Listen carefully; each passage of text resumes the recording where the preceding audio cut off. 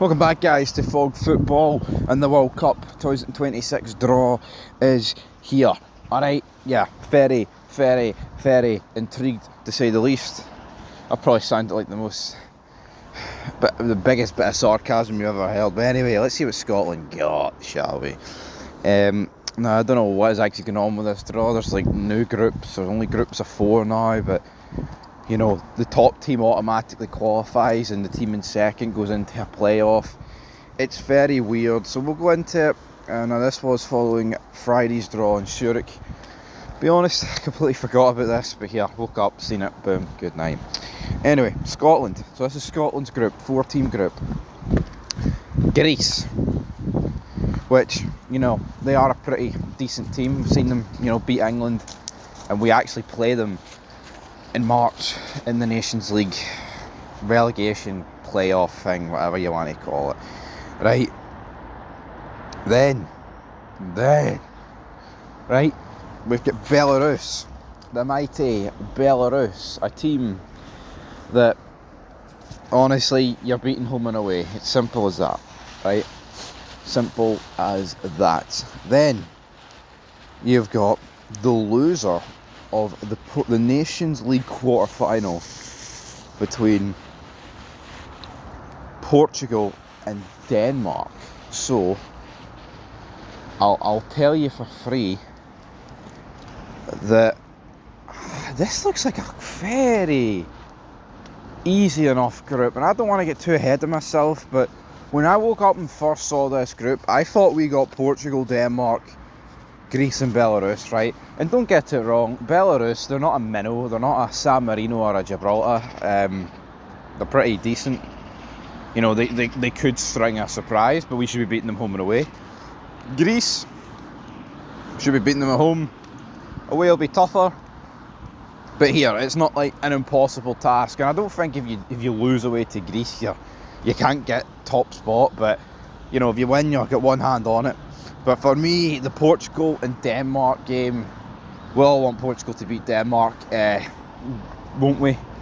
I look at this game and I think, Portugal, very good team. So are Denmark, but I think Portugal are just above Denmark, or a decent bit above Denmark. But I think our 2 games recently against Portugal would give us confidence, hence if they lost in this quarter-final, because, you know, we drew at Hampden, and for me, we also should have got a result in Portugal. As for Denmark, well, we beat them recently, and then, of course, we actually managed to get the job done.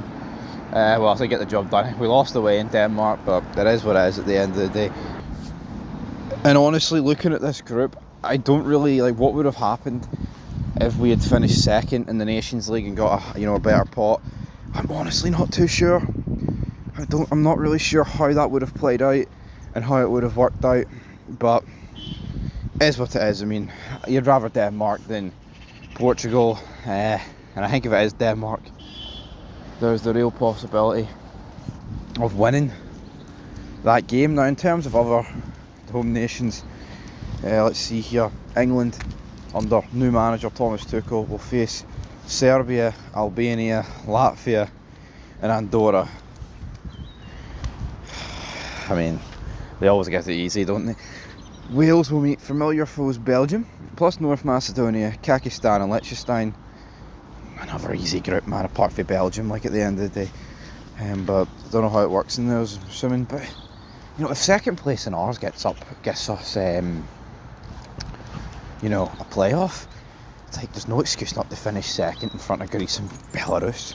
And Northern Ireland got Slovakia, Luxembourg, and the winner of Germany, Italy. So, I mean, all in all, looking at these groups, there's nothing really that... I mean, what's a hard group?